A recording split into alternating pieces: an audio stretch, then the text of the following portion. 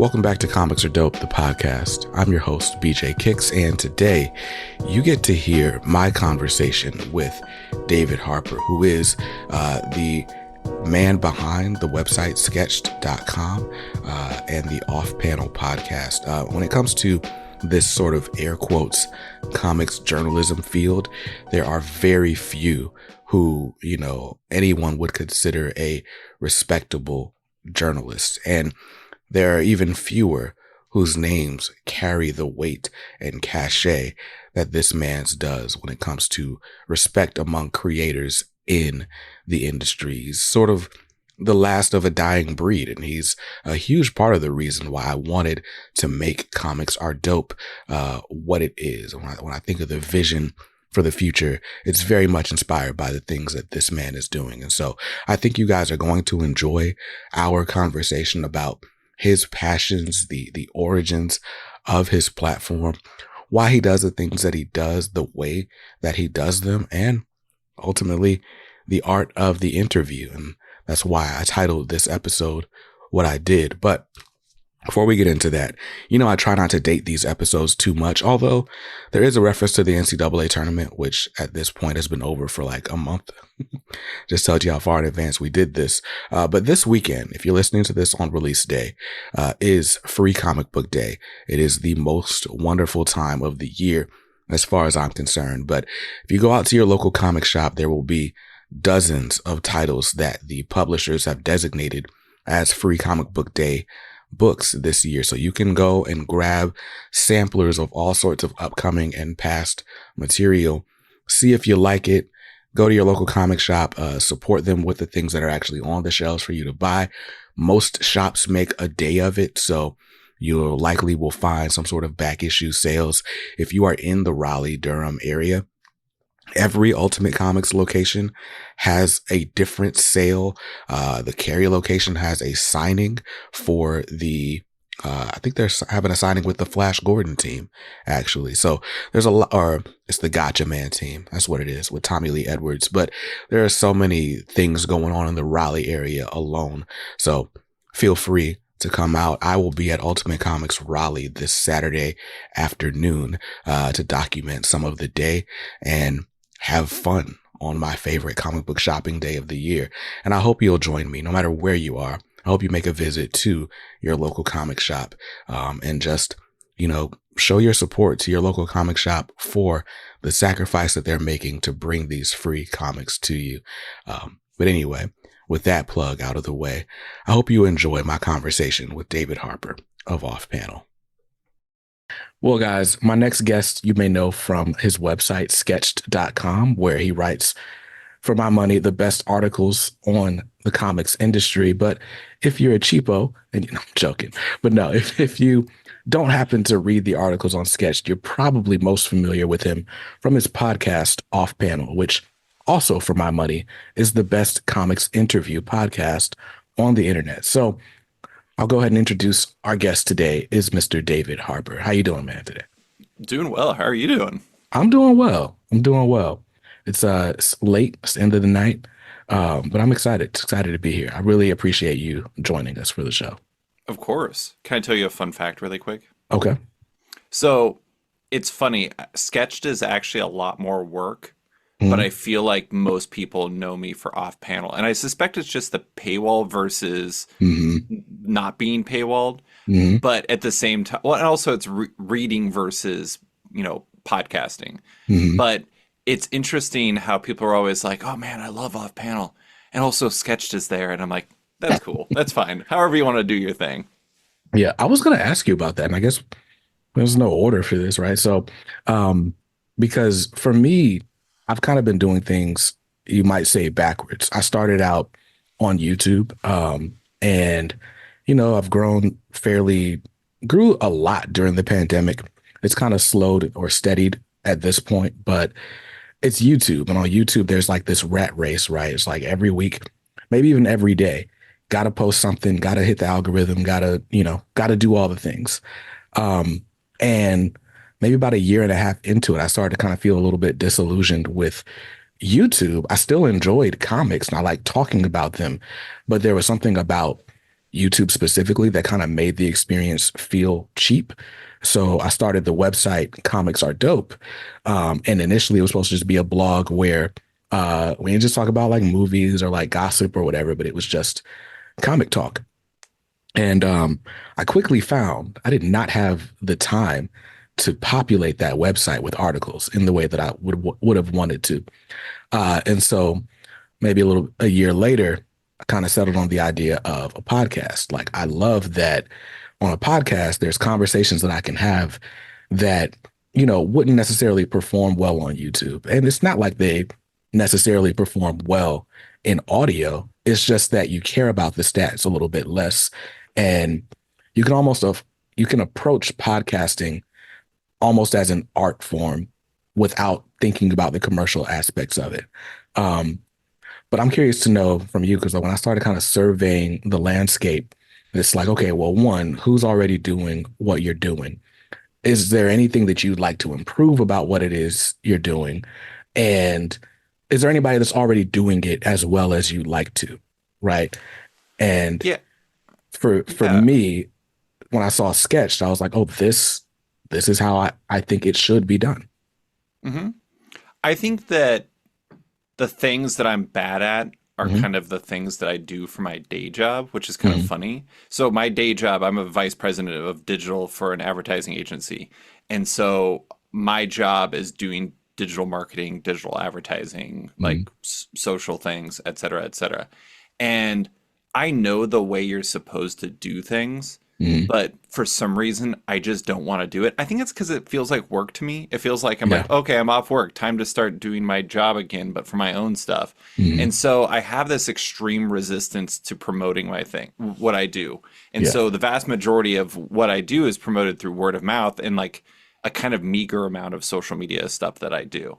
And Hmm. so when I look at like a podcast like Comic Book Couples Counseling, Hmm. I'm doing this feature this week actually for Sketch that's about comics and podcasting and the relationship between the two. And I talked to Lisa and Brad Golix and the two people who do that show, and they are so on it when it comes to social media stuff Hmm. that it just makes me feel super lazy. Hmm. And there's a part of me that wishes I was better at promoting all of this because I feel like even though my show is popular and my or popular-ish, what is popular even for a podcast?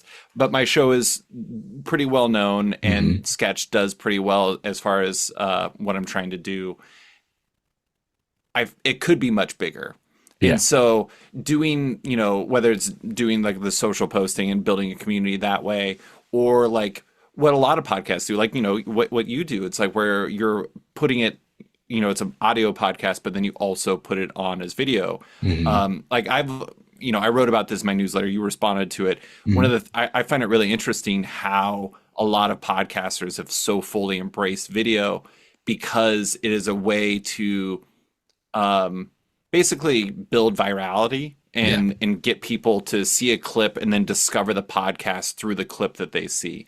Hmm. Now, I'm kind of resistant towards video. Like this is a horrible thing to admit, but I had my hard drive was like totally filled up, and I could have done one of two things. One, I could have put all of the historic video that I've recorded over almost a decade of recording my podcast on a Hmm. external hard drive, or I could delete it.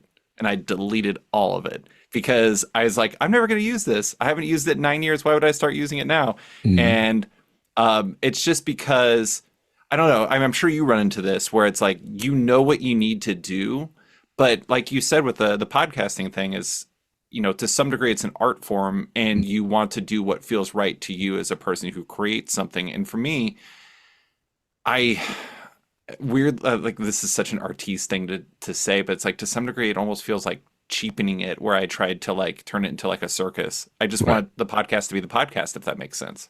Yeah. Yeah. No, I totally get it.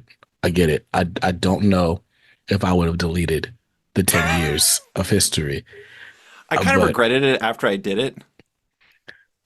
I'm just a hoarder. Like I've got book reports from high school still Sure. on hard drives somewhere. Like uh back in my pirate days, right? Like I'm proud. I've only ever lost like one file ever. and it was just like some stupid movie that I didn't really need, but it does take up space. It and the question always is like, what are you keeping it for?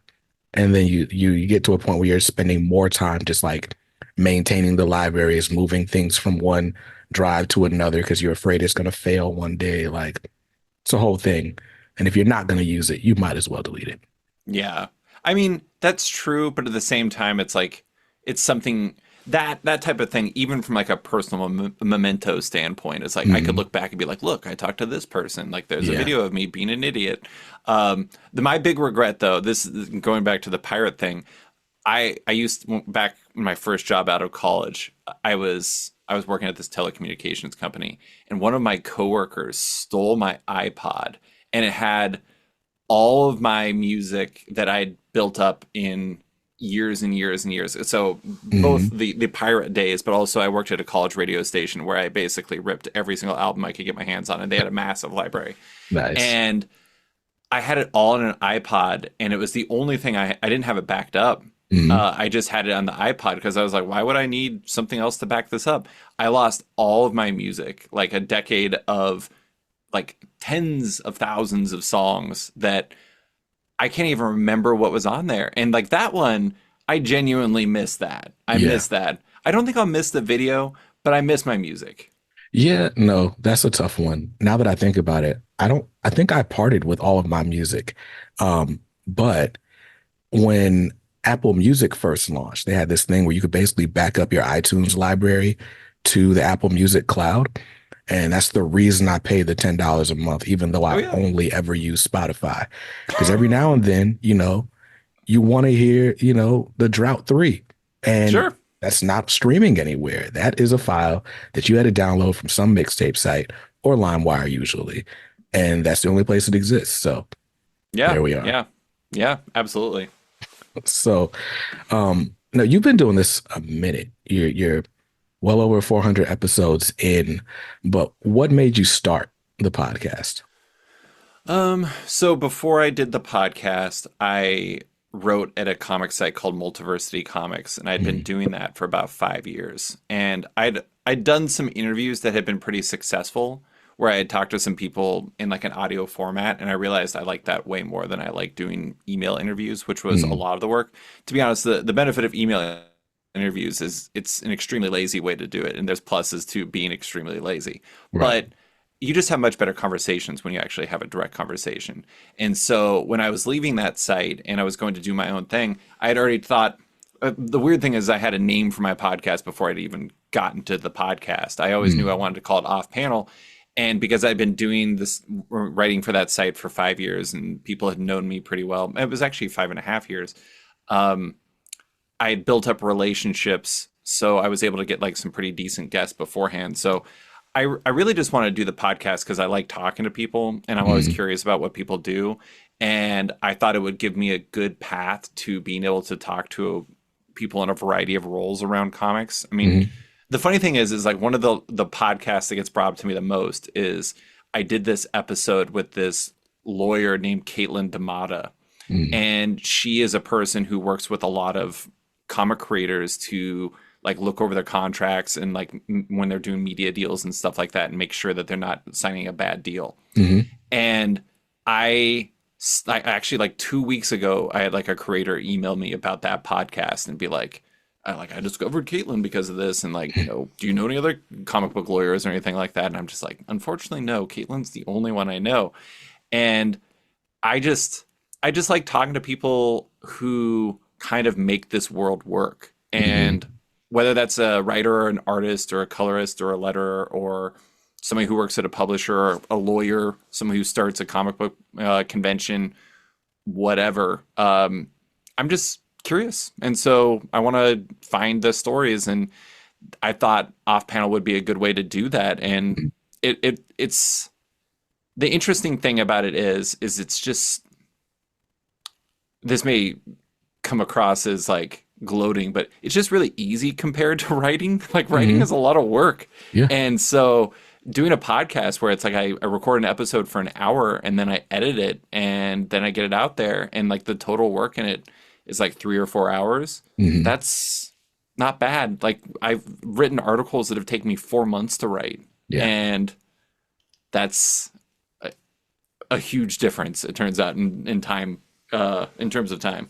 Yeah, no, for sure. I mean, you write really well researched articles as well, right? Like you're pulling in quotes from people. I'm assuming there's like days of emailing back and forth, Oh yeah. jumping on the phone, right? Like chasing people down. What motivates you to go to such lengths to do this? There's two things I think. One is again curiosity. Like for Mm, example, the article that took me 4 months to write was I did an oral history of the 2015 Marvel crossover Secret Wars, mm, where I talked to Jonathan Hickman, the person who wrote it, the artist Esad Ribic.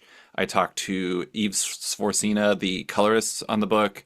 I talked to Tom Brevoort, the person who edited it, as well as his teammate in editorial, Will Moss. And then I talked to an array of other Marvel editors and Marvel creators who were kind of associated with it through tie-ins. And I ended up having between all of, because almost all of the interviews, the bulk of the interviews were recorded over Skype actually back then. mm. I had something like 80,000 words of interviews where I put Mm, that together. And I just, the reason why I was willing to go through all that was because I was really curious as to how they did that. And mm, I find those people to all be pretty interesting.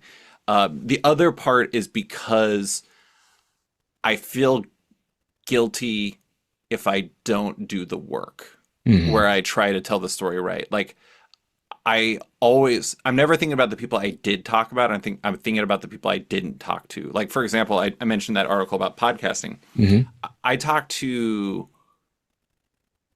I only think like 5 people, and I feel terrible about it. Which is, mm, I reached out to other podcasters. I I tried to talk to like different types of shows. I had a couple other ones kind of vaguely arranged, but they never ended up panning out. mm. And then another one that I reached out to never responded to me. And there was a part of me that was like, I should hold this and wait until it's perfect. But then I kept thinking about the whole saying, like, don't let perfect be the enemy of the good. Right. And I realized that sometimes me going to such lengths where I end up having as many quotes as I have is just like crazy behavior. And like maybe Yeah. I should just let it happen. Yeah. Now I'm curious to know like how much of that you feel is pressure because of like the weight of your platform. Like I know for me, like as my YouTube presence grew, I felt like I needed to cover more types of stories or I needed to be somehow create a more faithful representation of whoever or whatever it was I was covering. Like, is there a degree to which you feel if I don't get this right, no one will ever have gotten it right? I think there's part of that. I think that there's a part of me that wants to make sure that if I'm telling a story, that I do it justice. Hmm. So there is part of that. But there's also part of me just being weird. And like this is Hmm. just who I am. Like here's a weird example. In college, I went to I went to school for business, and I went to a business school in the West Coast, and Hmm. um, one of the final course, actually the final course, was basically like a simulated business system where you everyone in the class gets split up into these different groups where you run a different business, and it's in like basically like a fantasy business situation where you're all actually, interestingly enough, given the sneakers behind you, competing in selling sneakers. Huh. And you had to like manage um, marketing, you had to manage pricing, you had to manage materials, you had to do all this stuff, and it was all built into this computer system. And it was Hmm. something that was used by a lot of different universities as a way to help get a practical understanding of what running a business is actually like. Right. And I've always been obsessed with like fantasy sports. Hmm. I've been playing since I was like 12, like back in the mid 90s. And I because I don't want to like let opportunities pass, I use the internet to find the person who had somehow gotten the best score in the entirety of that year of that system. Uh-huh. I reached out to that person and I scouted like basically the best ways to do that system. Hmm. And like so basically I was just doing like scouting and research on a class that somebody else, it wasn't at my school, it was somebody who went to like a much more expensive business school, I'll put it like that. Uh-huh. And this person had a lot of really great feedback, and I used a lot of that feedback to guide the moves. And basically, I ran our entire team, and we just completely smoked everyone. Hmm. And we got number one by far. And anyways, and it was this great thing, but like it was great for my grade because like I crushed the class. But at the Right. same time, that's just kind of how I think. I Hmm. don't like leaving opportunities behind. And so I think it's a combination of I want to do the work justice, but also it's just how how I work. Yeah. Yeah. And I think because one of my questions here was just how you decided on, like audio and writing versus something like, YouTube. I did a video not crazy long ago about Michael Davis, like one of the four co-founders of Milestone, because that's just uh, one of the subjects I talk about a lot are Milestone Sure. comics. But so I did this video because Michael's pretty vocal online about how he feels like he's not receiving the credit that he's due for specifically co-creating the world around Static. And so I did a video just kind of laying out like his claims versus like, what else has been said about it. But really just kind of just ended up being like, hey, here's the story of Michael Davis as told by Michael Davis. And then also, because I've had conversations with all these other people involved, here are, rebuttals. And I felt like in that moment, I realized like I would never be a good documentary filmmaker because in a documentary, like you start with the story and you kind of assemble whatever research you can find to support the story that you've already decided to tell, as opposed to my approach trying to be more like a journalist and just saying, here are all the facts. And I felt like the video wasn't as good as maybe it could have been because I never really picked a definitive side of the argument. It was just here it is. But I feel like in the written word specifically, you can tell a story or you can lay out facts, and there's a certain degree to which it's like, hey, the story's still breaking. Hey, check back later. Or, you know, this was a curious thing, and we can put a period on the end of that sentence and it's fine. Hmm. So, Yeah. yeah, that was, I don't know if there was a question there, but yeah, I was curious to know, like, to what degree you felt the same thing about writing. I definitely think that they're different species because, like, the thing is, I think it's interesting. I think this is a YouTube thing, and I don't Hmm. really know if I fully understand it. But people who watch YouTube, when they see something and they like believe it, it isn't just like a belief. It's almost like it becomes definitive, even Mm, if it isn't actually definitive. right. And like, and I think to some degree, people will watch things and they'll be like, "This reflects my viewpoint," and so this is the definitive truth, as opposed to like, "This is actually the truth." It's just a truth. Hmm. Uh, and the interesting thing though is like I don't know if I necessarily agree with your perspective on documentaries. I think the idea that documentaries are showing one perspective is not necessarily a newer thing, but it's Hmm. definitely a type of documentary where it's like, you know, like watch The Last Dance, the Michael Jordan Chicago Bulls one, where it's just Yeah. basically propaganda for Michael Jordan, or Hmm. like the recently there was the Dynasty one for the New England Patriots, where it's Hmm. just propaganda for Tom Brady, basically and everyone else just basically gets omitted from the story besides to compliment Tom and Bill Belichick to some degree. Hmm. And like those types of things, or even like Super Size Me. I don't know if you ever saw that, the Yeah. documentary about like eating McDonald's and the health issues that it, you know, puts together, as if anybody ever was like, you know what's healthy? McDonald's. No Right. one thought that. Right. But anyways, there's those, but there's also ones that kind of prevent or present complex topics Hmm. as they are, which is complex. And so you want to show all sides. I think the way that you did it is great. I think that, you know, especially for a subject like that, where there's a variety of perspectives on what really happened. Mm, It's useful to show that for context, and I do think that that is easier with the written word than it is with video. And also, I mm, mean, and here's the thing. I mean, you know this probably way better than I do. Typically, the things that do really well when it comes to video and also just a lot of things online is people respond more strongly to strong takes yeah. where it's, there's a reason why ESPN shows are always like, you know, LeBron James isn't the GOAT. He's like not even the 10th best player that's ever played on the Lakers. And you're just like, this Right. is insane. Like, this Right. makes no sense. And they just want people to like have strong feelings. Mm. And so I don't know. I like that you didn't have a definitive take on it because that seems more fair to the story to me. Well, I appreciate that.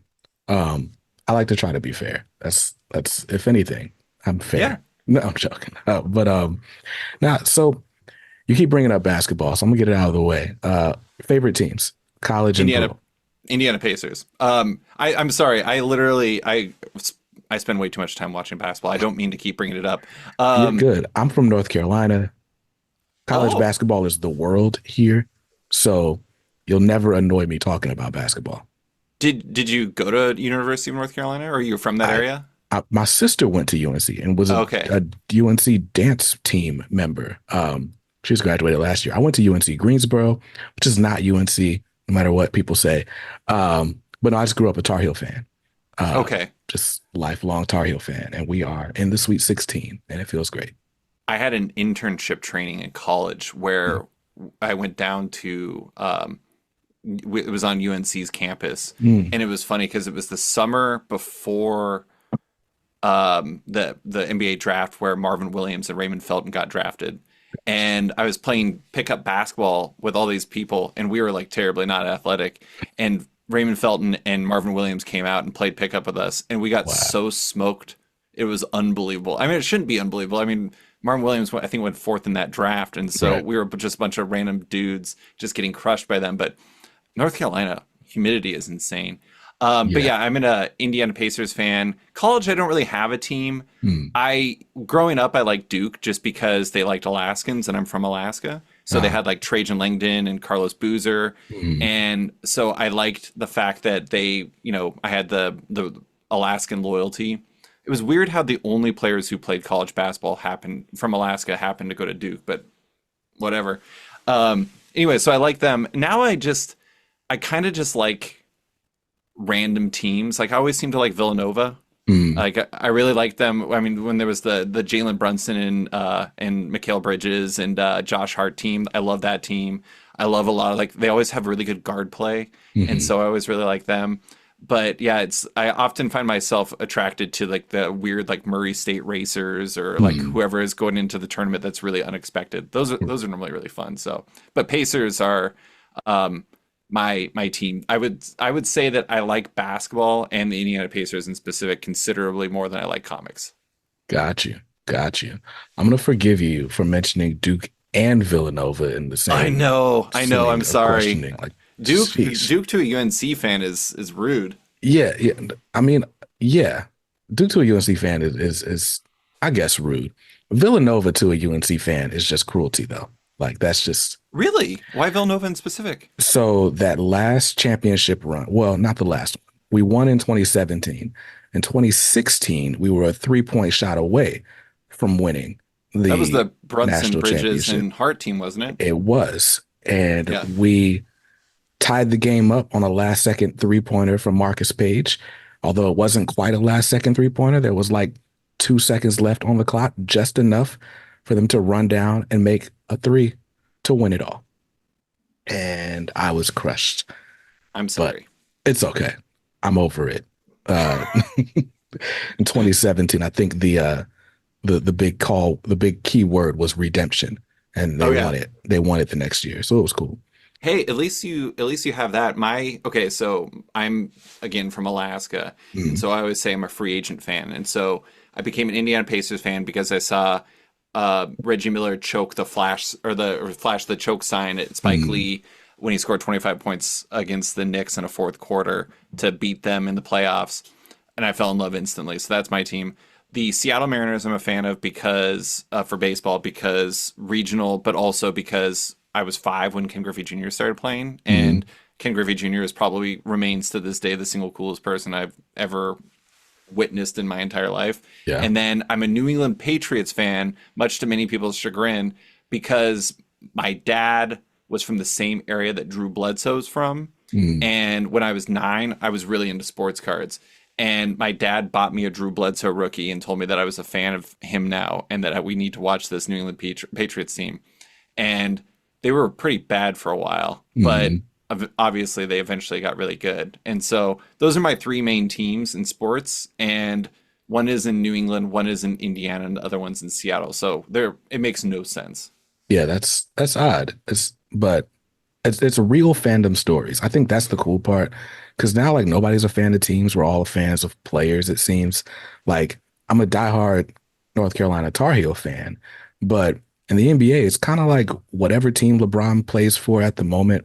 Um, I've got a bit of a loyalty to the Knicks because my grandfather was a diehard fan, so it's just fun to root for them, like in his memory.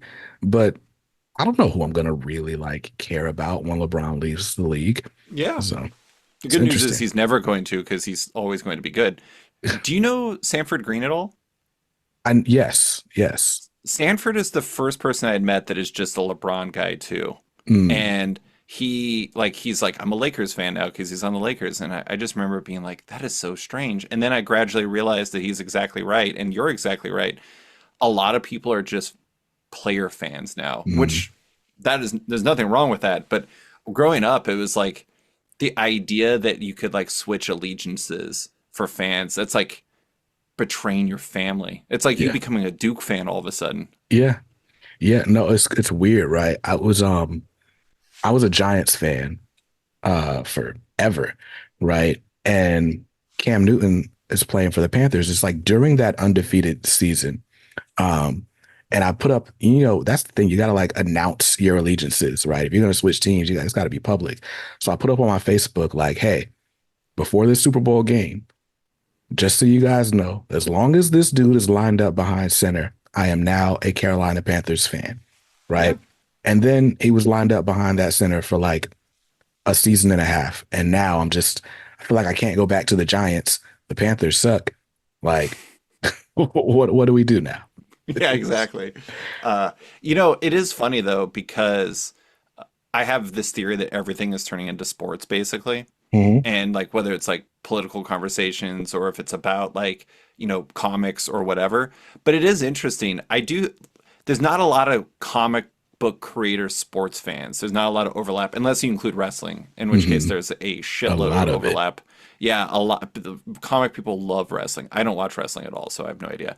But it is interesting because I feel like a lot of the same energy goes into like sports fandom as it does comics fandom. Hmm. And I don't know. It's funny how like those sides are so clearly delineated and Hmm. yet they are extremely similar in a lot of ways. Yeah. No, I can see it. Right. You got your Marvel people, your DC people. Yeah. You got like the Yeah. people who, for whatever reason, feel like they're being like quirky when they say they're fans of indies, right? In the same way that's like that liking Coldplay makes you an eclectic hip hop fan. Like, Wait, what? Did you say eclectic hip hop fan? yes, like so that maybe it's just because I'm black, right? But there was a period where like it was hip hop and that was it. And then Jay-Z kind of like told the world that Coldplay existed, or at least Okay. the hip hop world that Coldplay Sure. existed. And then like the mark of like a true music fan was like, I don't just listen to hip hop. Like I like Coldplay too. And it's just like, okay, sure, That's guy. amazing. I had absolutely no idea that was a thing that happened, but when you said eclectic hip hop fan, I was just like, Coldplay is like the least hip hop band that has ever existed, probably. Right, right. Maybe not, maybe not. I do like Coldplay though. So, I mean, once upon a time I did, but yeah, I don't know. It's fandom is a weird thing, isn't it? I mean, it's Yeah. just like I don't know. I mean, like I'm a fan. I watch Formula One with my wife and a friend, Mm, and there's this guy who I became a fan of because when I first watched a race, this was like 12 years ago or something like that. it said on the screen Hulk, 4 letters, Hulk. His name's Huh. Nico Hulkenberg. Huh. And I've been a fan of him ever since, like hardcore fan. This like German dude who like his most famous thing is he's driven the most races without ending up on a podium out of anyone in F1 history. He is famously not bad at driving, but famously not good enough to actually matter. And yet he keeps racing, and I kind of love him for it, you know? It's Right. just like he's a grinder, and he's just managed to make a career out of being like, I'm adequate. That's me, Nico Hulkenberg. If All he ever because I was like, I saw a comic book name on the screen, and I was like, I like this guy. uh, if he ever wins, does that change your fandom of him? Does that take away some of the mystique or I might cry. I'm not gonna lie, I might cry.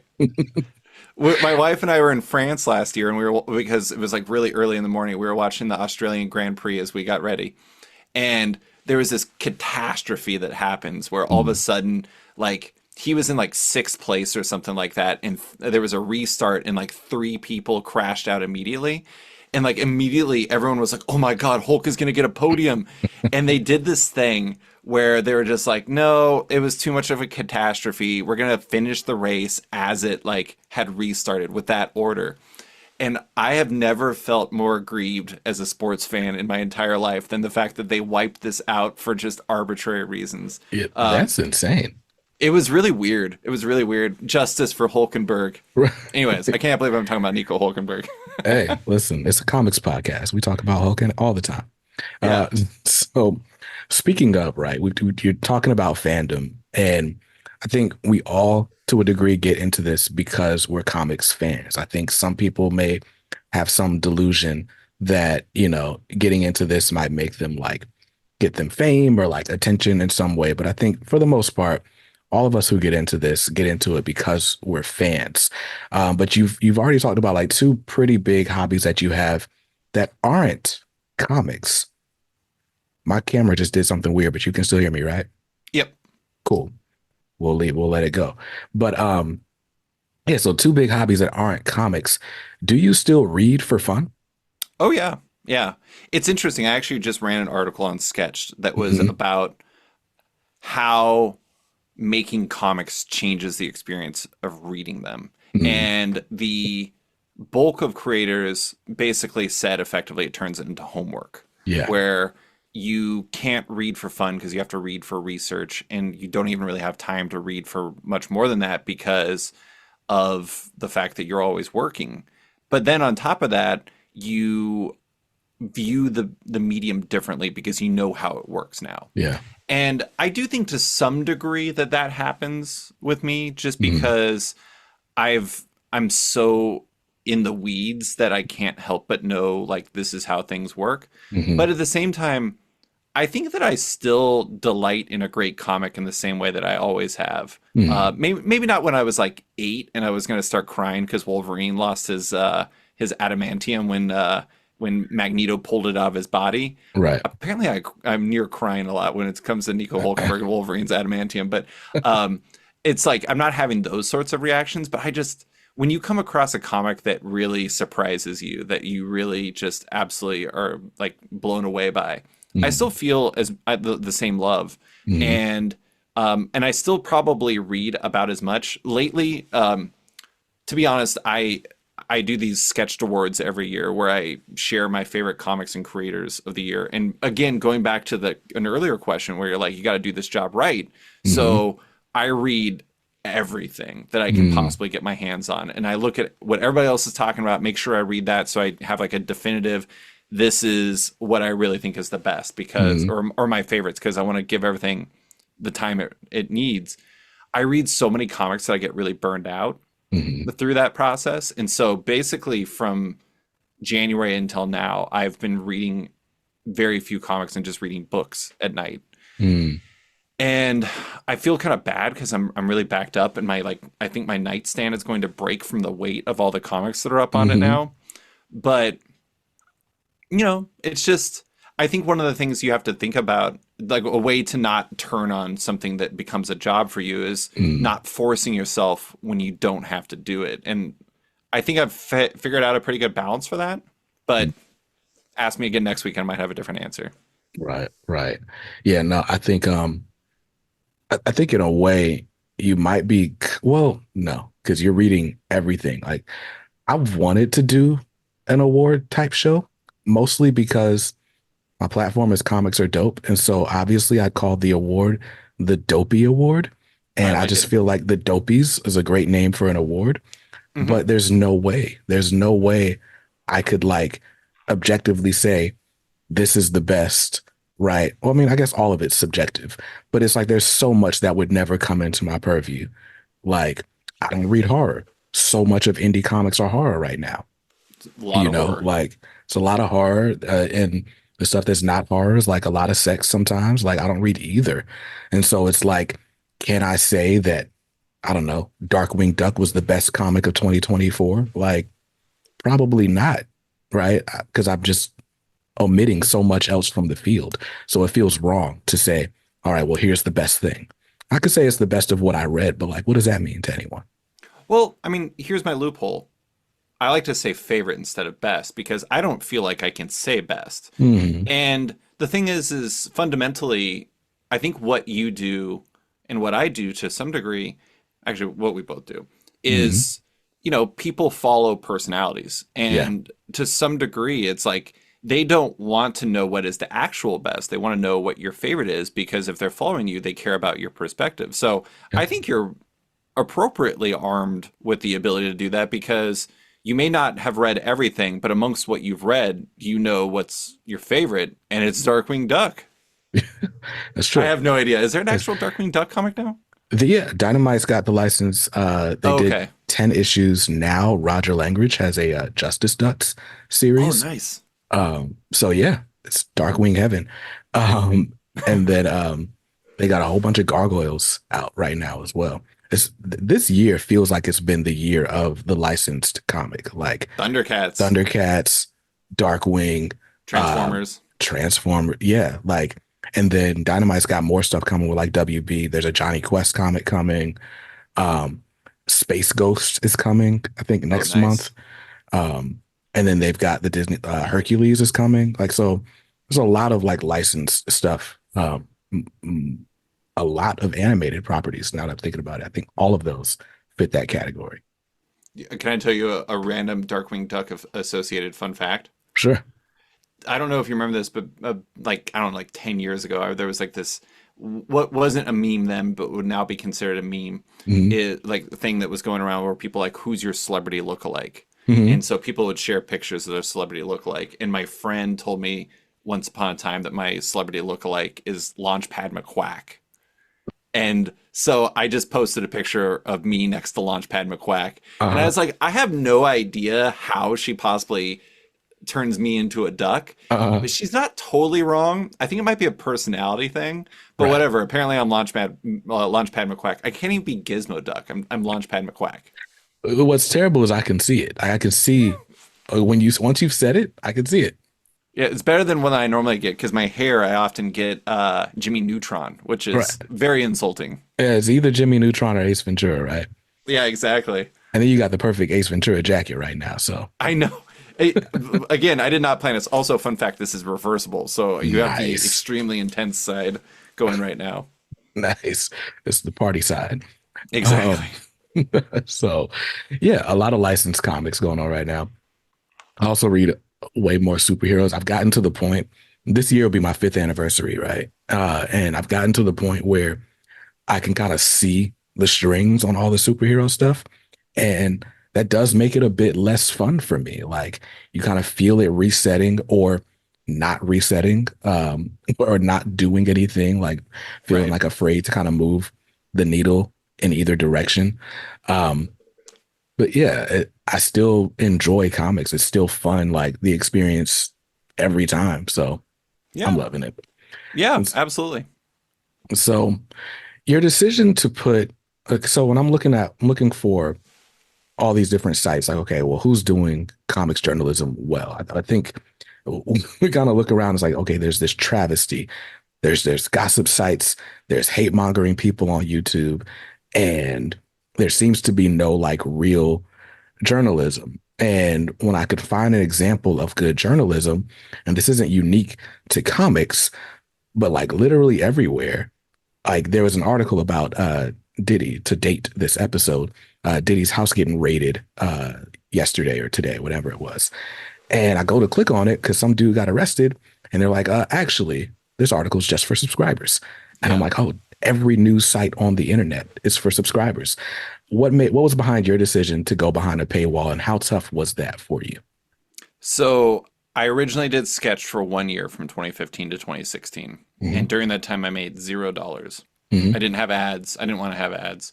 Um, I think that's associated with my day job too, where it's just like I know how that stuff works, so I'm just Yeah. like I don't want to deal with it. And also, it just makes sites read poorly, so I didn't Hmm. want to deal with that. And after I finished, Heidi McDonald from The Beat wrote an article about how you get what you pay for and how like sites like mine go away because they don't get sustained by like support, financial support. Hmm. And I was pissed. I was like, that is not why I stopped this site. I stopped Hmm. it because I was tired and I couldn't do it anymore because I was writing so much. And then I wrote for The Ringer, which is a website that like does like sports and pop culture. It was like my dream site Hmm. to write for because I always wanted to write for Grantland and I love Bill Simmons and a lot of the other people who did stuff there. And I wrote an article for them about Image's God 30th anniversary. I think it was 30th anniversary, maybe Hmm. 25th. I don't know. It was an anniversary that was a five or a zero, and I got paid for that. And I was like, Hmm. Heidi was right. Getting paid is awesome. Yeah. And I still didn't like ads. I really liked The Athletic and I really Hmm. liked this basketball site called Cleaning the Glass, both of Yeah. which were subscription based. Hmm. And I reached out to the guy who did Cleaning the Glass and I asked him like how he did it and he used this service called Memberful that was eventually bought by Patreon and Hmm. it's a way to do subscription stuff. And I realized that the stuff that I do is never going to be like CBR or like Hmm. comicbook.com. I'm never going to produce enough to make advertising something that's going to make money for me in a real Right. way. Right. But I know that the people who really care about what I'm writing about will financially, or okay, I shouldn't say I know. I hoped people Hmm. would do that. They would back it.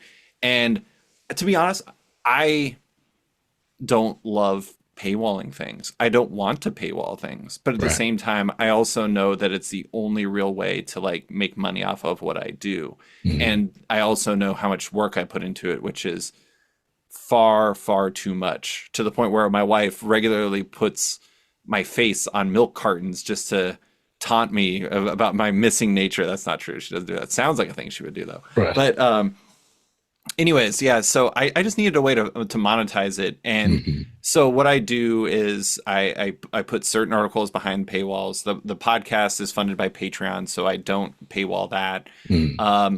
I will like there's some articles where I won't put it behind the paywall.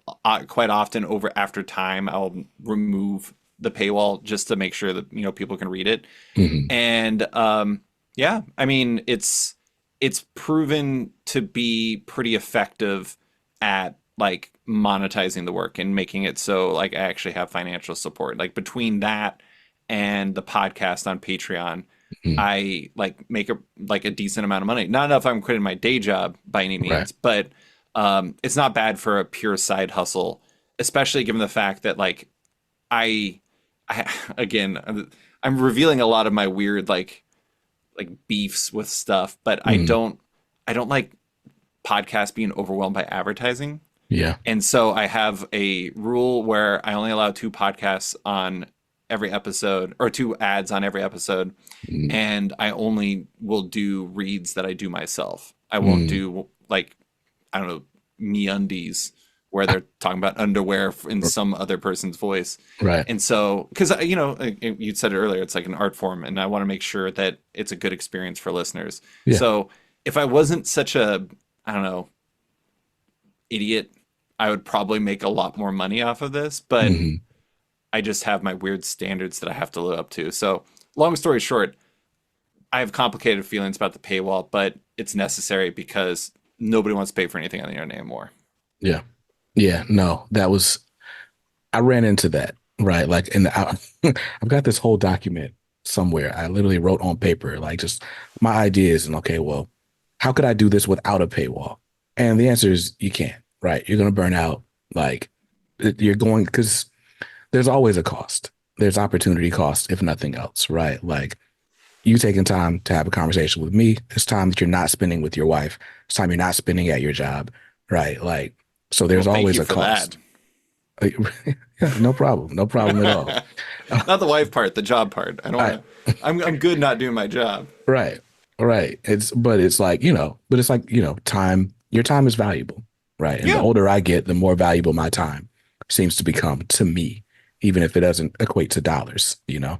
I mean, one thing that associates with this, it reminds me of I did a survey once of Mm, retailers where I asked comic shop owners, where I asked them, what is like the biggest competition for you? And the answer really surprised me. It was one of them said Netflix.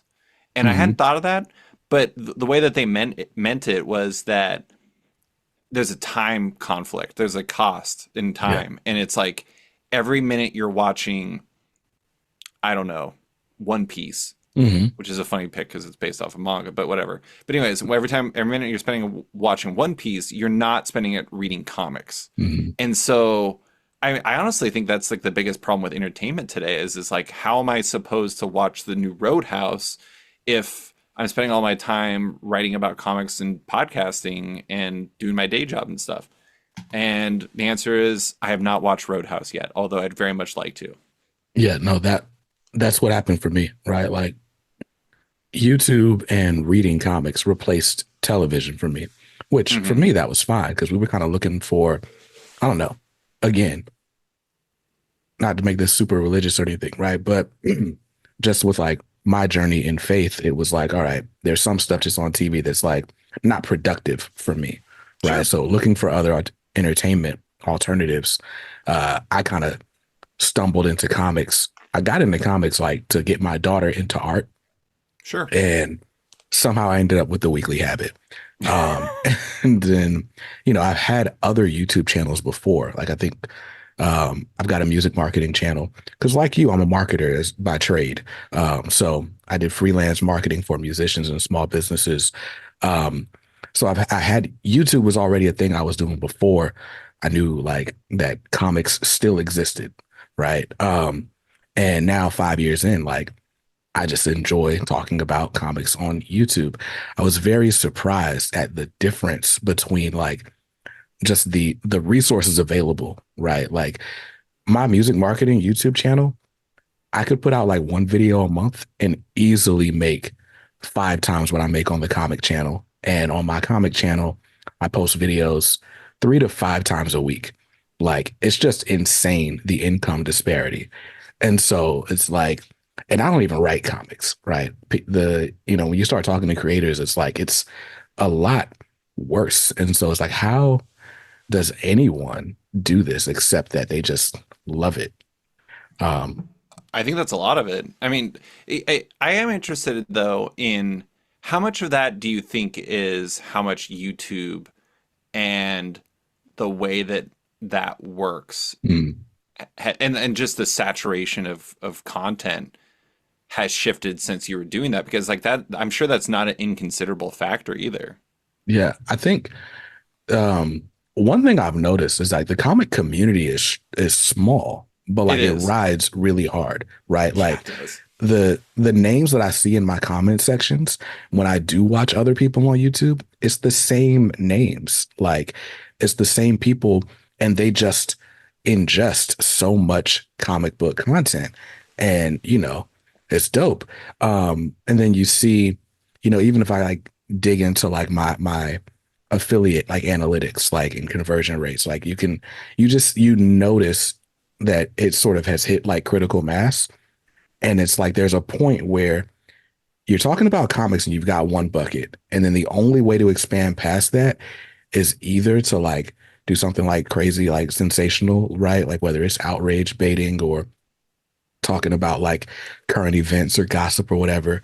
Or you like just go straight for a broader audience. You start talking about like movies and other media. Right. And Right. that's when like the sort of glass ceiling breaks, but it does feel like the comic audience is super finite, which for whatever reason drives me to like, as a marketer, be like, nah, we can fix it. We'll just YouTube harder. That's always the solution, just more and harder. Boom. Right. It's Yeah. I don't know. I mean, it is tricky. It's interesting. Like in that piece about podcasters, I mentioned Brad and Lisa Gullickson from Comic Book Couples Counseling, and they were saying that they had done podcasts about movies hmm and gotten basically no traction whatsoever. But as soon as that they started the podcast, hmm instant traction. Yeah. And there's something to be said for how hardcore comic fans really are. hmm Where, I mean, every single one of them is like a peak LeBron fan, where it's Yeah. just like LeBron walks on water. Like for them, it's just like they will be obsessed with like something that they love. And you know what? I respect the hell out of it. Yeah. I think that's great. It's like people, there's worse passions to have than like, I love the X-Men. Right. Um, and so I definitely support it. But it is interesting. It's like it's a small group, but their intensity is extremely high. Yeah. Yeah. It's kind of like college basketball, right? Like, who cares about the Indiana Hoosiers outside of Indiana, right? No Like, one, no one.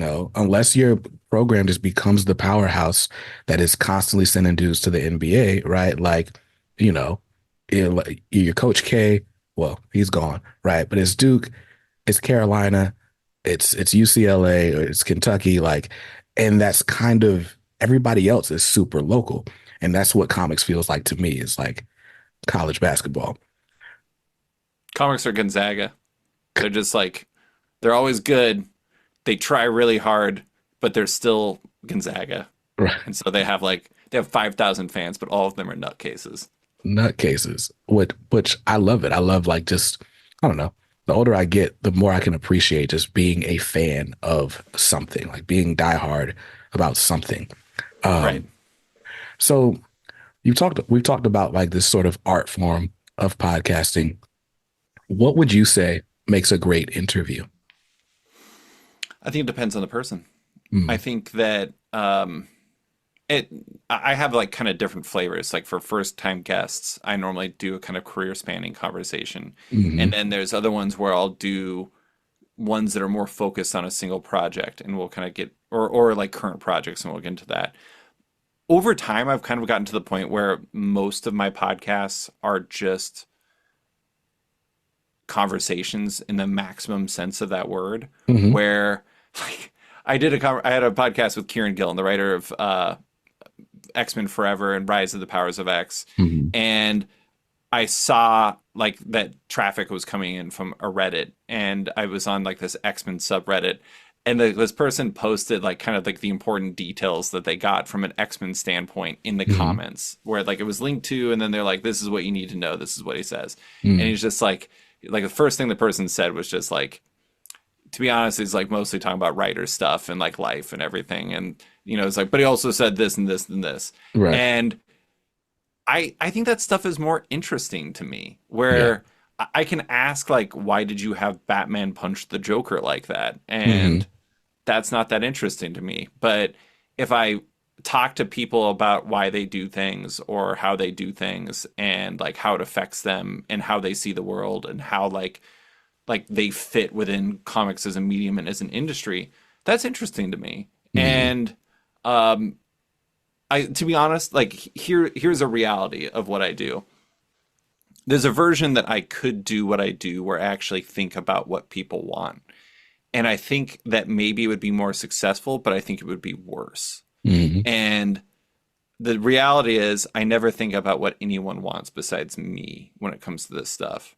And that might sound super selfish, but I don't know how else to do it, if that makes sense. No, that's the sound bite that I'm gonna put at the beginning of this episode. No, but no, yeah, no. I think that's what art is, right? Like, there's what you do, and in order for it to like, do you get the Teenage Mutant Ninja Turtles? If Eastman and Laird cared what anyone else would have said about it, No. right? Like, there's what it becomes once you give it to the world, right? Like they'll add their things to it. They'll make them eat pizza, whatever, right? But the purest creation has to come from you with no sort of noise from the outside. And I think when it comes to interviews, I feel like, and maybe it's just because I grew up with the internet, like we grew up with this access, and so for me, I often will fall in love through or with a work by falling in love with its creator first, right? Like Christopher Priest is a great example of someone whose work I had not read before I like learned him and studied him and have had conversations with him. And then you go back and you see different works. Like I'm reading Black Panther right now, and Priest Like used to Priest be, Run? yeah, the Priest run of Black Yeah. Panther. And he used to be a pastor. And there's like this super quick like mention that Mephisto says like I can only operate like where I'm allowed, right? And that's like just a straight up like, that's a theological tenet, right? Like there's Hmm. no such thing as like demon possessions. Like demons work off permission to like be hosted, basically. Right. And it's a throwaway line in Black Panther, but talking to priests, and he's like, well, I put stuff in when I can put it in, and so on and so forth. And then you see it in the book, and it just kind of illuminates it in a different way. And so for me, I'm asking the questions that I wished I could ask, right, as a Yeah. fan, but also just as a person. And sometimes it is what was behind the decision for Batman to punch Guy Gardner, but other times it's just Well, like, what's it like being the only black guy in a room? You yeah. know, or what are you thinking when you sit down to write a story? Like it's fun for me. Yeah.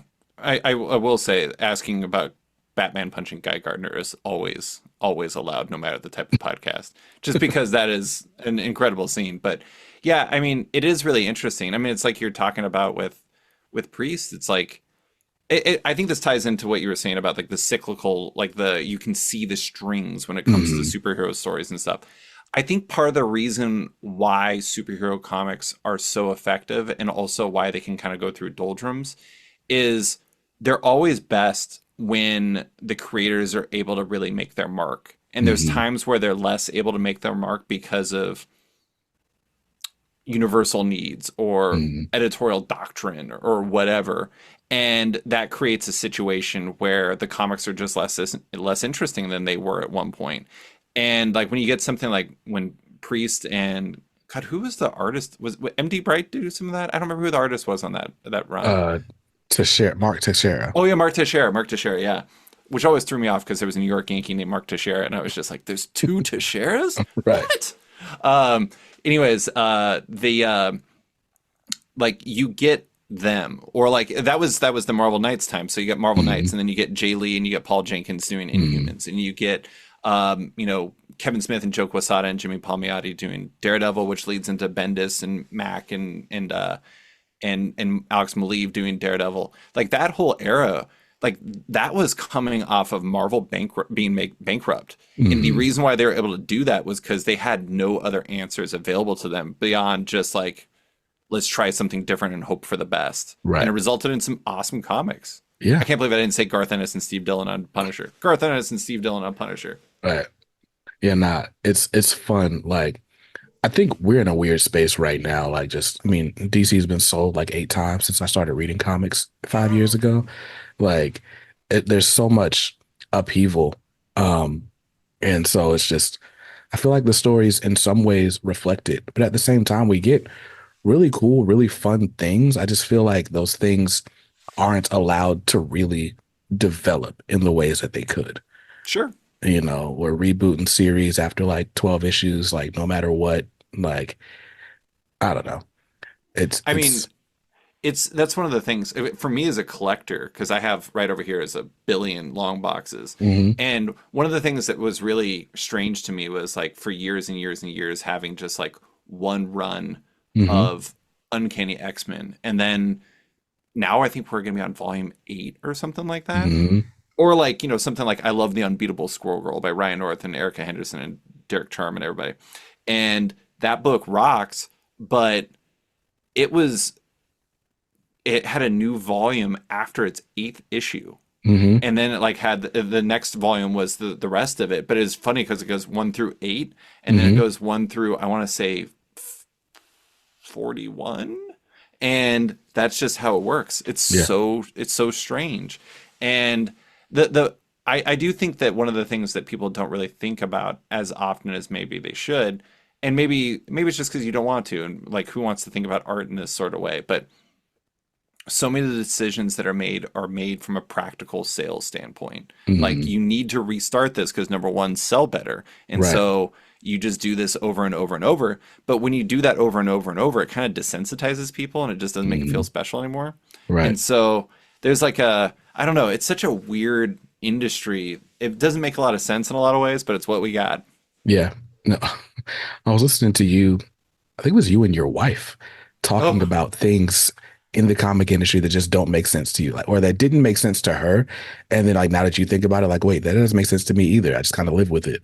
Right. yeah. And I just related to that so well. Because it's like, Yeah. for me, I'm newer to all this. Like I said, I'm only 5 years into like reading comics. And there's so many times where I'm just like, why do we do that? Why do we accept that? Yeah. It is. It's really strange. It's like one time I tried explaining a joke to somebody that was off of Twitter, and they go Mm, like, "This makes no sense." And in a weird way, like Twitter is like a different language. mhm, You're trying to convey something that has set rhythms to it that just only makes sense if you speak Twitter. And I think mhm, the same thing was with comics. It's like if you've grown up fluent in comics, this stuff not only makes sense, it's the way things are. But as mhm. soon as you explain to somebody else, you're just like, wait, my world is a lie. None of Right, this makes sense. right, right. So, all right, I'm gonna ask this 'cause haven't asked anyone else. Right, the Krakoa era is coming to an end. How are you feeling about it? Have you been keeping up with it? Yeah, I do. Do you mind if I make a quick pause? Yeah, sure. Just a note. I probably need to wrap up soon, just because I do owe my wife dinner. But Okay, got you. uh, anyways, the Krakoa era. I really have liked the Krakoa era. I think that it's been an interesting time. I don't think it has ever lived up to how great House of X and Powers of Ten were, Mm, but that's probably Marvel's highest bar in the past decade. So mm, that's not exactly like a tragedy. That's just like how can you constantly live up to the fact that like Marvel produced one of its greatest comics ever. yeah. And so it may not have lived up to it, but ultimately I think it's been really good. I think it's ending pretty weird. I think Hmm. Rise of the House of X or Fall of the House of X is pretty Hmm. bad, much to my chagrin. Rise of the Powers of X I think is awesome, and X-Men Forever is good, even though I think it's out of order. But overall, I think it's good. It's been a great era. I think it could have went on longer. I Hmm. don't know. I think the problem is they've kind of lost momentum. So like one of the weird realities is that when the pandemic hit, they were like had to like stretch it out and make more stuff to like Hmm. maximize because Marvel needed hits and X-Men was popping at that time. And so they did that, and I think in the process they kind of negatively impacted the Krakoa era. Hmm. And it's created something that isn't exactly what it was originally designed to be, but something I think that is really interesting. Like I love the X-Men, the Araco stuff, like the stuff Hmm. on Mars. I feel like I'm gonna get yelled at for calling it Mars, but whatever. Some people don't know what Araco is. Right. Um, I love that stuff. There's been a lot of really fun stories. It's been really cool seeing like some of like the generation. I grew up as a Generation X fan. Hmm. That was like coming out when I was a kid. So like seeing characters like Sync and like Monet do really well in this era has been really awesome. Especially because Sync's power set is so kick-ass. I mean, it's Right. just wild. It's like, oh, would you want one power or all of the powers? I'm like, all of the powers, please. Mm, Um, anyways, and so it's there's been a lot of good stuff. There's been some bad stuff too, but ultimately, I'm going to call it a net plus. The next era, I don't know. We'll see. I mean, being a comics fan is like a destiny to always feel like you are living the same life again, and you're just like, I've seen this before, and I'm going to see it again. That's the difference between the Krakoa and the era and the rest, though. Is like I've never seen that before, and I mm, like that. I don't know. I mean, like the longer I've been reading, the more I want to feel like I'm getting something really fresh. Mhm. And Krakoa felt fresh. What did you think of it? Well, so Hoxpox got me into comics. That was the thing that made me say, all right, I'll subscribe. And so it was House of X and Batman. And everything else you see has spawned from that. But for me, I felt like it started off really strong. Um, I had a NICU baby around the Ten of Swords event, so Oh my wow. reading started to get spotty either way, but I Yeah. pushed through, right? I think by the time Hickman left, I had started to feel like a little disillusioned with it or disenchanted by it, right? Stuck with it. Um, but ultimately for me, it was the constant expansion into miniseries. And it was just Yeah. like, how many new titles can I handle? Not this many. And so I ultimately kind of I've checked out and checked back in so many Yeah. times. I think the decision to make Rise and Fall monthly titles instead of like bi-weekly like and Powers were, I feel like that was a misstep. I just feel like, I don't know, just agnostic of the story, it would have kept better momentum if we just kind of sped toward the conclusion and then like maybe gave it a break before whatever the Yeah. next era is. I mean, I totally agree in the sense that the reason why the original House and Powers did so well, Mm, at least in part, was because they were the only X-Men comics coming out then. And there was yeah. like they were alternating, like you just like the story just kept going and going and going. It was hard to not feel like you get swallowed up by that. Yeah. And with Rise and Fall, their rhythms are way different. There's still like 11 other books. Mm-hmm. And like, I mean, that's the thing is like I had Dave Busing from Comic Book Herald on my podcast recently, and we were talking about this. And the difference between him and me is that he reads everything, and I only what I'm interested in. And Yeah. so I'm only reading Fall and Rise and X-Men Forever and Resurrection of Magneto.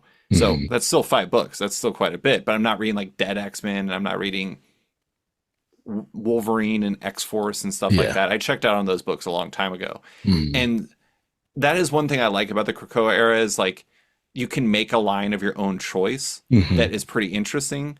The problem is like I think they from a business standpoint maybe that was a better decision. From a storytelling standpoint it was infinitely worse. Yeah. Yeah. Yeah. And we read the same 5X titles, so There you go. there's I mean that. they kind of feel like the important ones, right? Yeah. Yeah. To me. I it's that's a tricky word in comics too is like important. It's like Unbeatable Squirrel Girl wasn't important, but it was awesome, so I Right. loved it.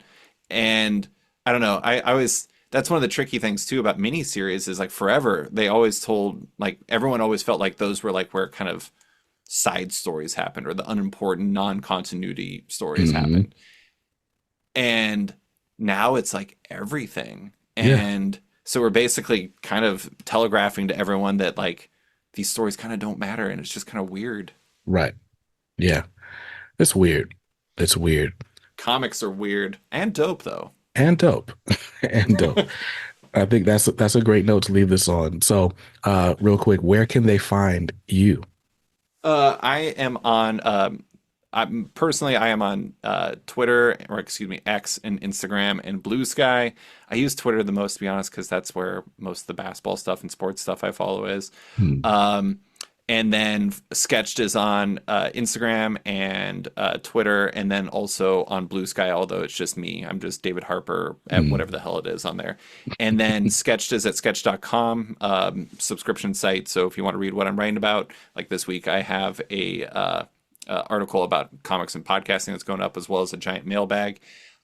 Fun fact for you though, it's a funny time to promote this. I'm actually taking April off from Sketched because I'm super burnt out, Hmm. and I'm giving everybody it off for free. I'm just giving everyone 30 free days, and so they don't have to pay for it when I'm doing it. And so I'm taking April off so I can rebuild my brain and get some stuff going. But and then Off Panel will keep going. I'm going to be having new episodes every week, and you can find that on Apple Podcasts and Spotify and all those places, wherever else people listen to podcasts. Nice, nice. Yeah, your Twitter handle is like the most it's what reminds me of like the old days of social media where you just kind of made anything your name. right? Sliced Like fried gold. sliced fried gold. Where does that come from? Shaun of the Dead, the movie about zombies, starring Simon Pegg and Nick Frost, Mm, and it's a line where Simon Pegg's character Sean says, "Now, how's that for a slice of fried gold?" And I named my blog about it back in like the 2000s because I love that movie. And mm, then I made it all my handles on social media. It's even for a long time was my handle in video games too. So like if I was playing like Overwatch or like mm. whatever, I was Slice Fried Gold. And it's just this funny thing that like one in every like 40 people recognizes a Shaun of the Dead reference. So Nice. there you go. But yeah, I mean, Yeah. it is funny. That's a different era of the internet. Now it's just like you want to be your name or you want to be something related to your brand, as opposed to Right. just like here's three words together that make a nonsense sentence. Right. Yeah. No, I'm BJ Kicks because I sold sneakers and that was my sneaker website. And then people started calling me that. And I was like, I don't mind that. And now I run a comic channel that was called BJ Kicks. And I was like, well, that's not congruent at all. So, Hey, hey, I got a pair of Storm Asics X Kit. uh, Yeah, so there is some overlap, and I have not worn nice. them yet. I just got these for Christmas. I really Nice. wanted the Storm ones, and I opened up the blind box that these came with, Uh, and it was Storm, and I was really happy. But the problem is, I live in Anchorage, Alaska, which is a dirty, oh, disgusting mess during the winter, yeah. and I don't want to ruin them, so I'm saving them for summer. Yeah. The Storms, the Cyclops, the Rogue, and the Brown Suit Wolverines. Those were all really dope out of that pack. The funny thing is my favorites were I think the Storm and the Rogues. Like I like the Mm, green. I don't know what it was about that. mm, And I did like there was a big part of me because I'm yellow and blue. I do mm, like the Wolverine 1975s, mm. but those were also like insanely expensive. So I was like, Right. I'm not going to go out of my way to buy incredibly expensive Wolverine shoes. Yeah, I think most people had like a 60% chance that if they opened the box, it'd be the brown suit Wolverines, something like that. And Oh, that's what they really? made the most of. Yeah. I saw That a makes few. sense. I watched one guy unbox them. He had like three boxes, and two of the three were brown suit Wolverines, and he was so pissed. And I'm like, well, why would you buy three $200 sneakers? Like, don't do that. Yeah, I got one for Christmas because I'm like Uh, I can't possibly buy this for myself because right. I would like break into hives. I don't know why. Spending money on myself, no. Somebody else Yeah. spending money on me, okay. Right. Right. Well, look, man, this has been great, man. Thank you so much for taking the time to school a young podcaster. I really appreciate it, man. You're great at what you do. Thank you for having me on. And just like that, we are done with another episode of Comics Are Dope, the podcast. Just a quick reminder, the best way to engage with the show is to become a channel member on YouTube. That way you get access to full video episodes of the podcast. In some instances, you get early access to the interviews, and by joining the channel membership at either level, it goes a long way to help keep the lights on around here. So thank you guys so much for listening, and I will see you in another episode real soon. Till then, stay safe, stay awesome, and read something dope today. Peace.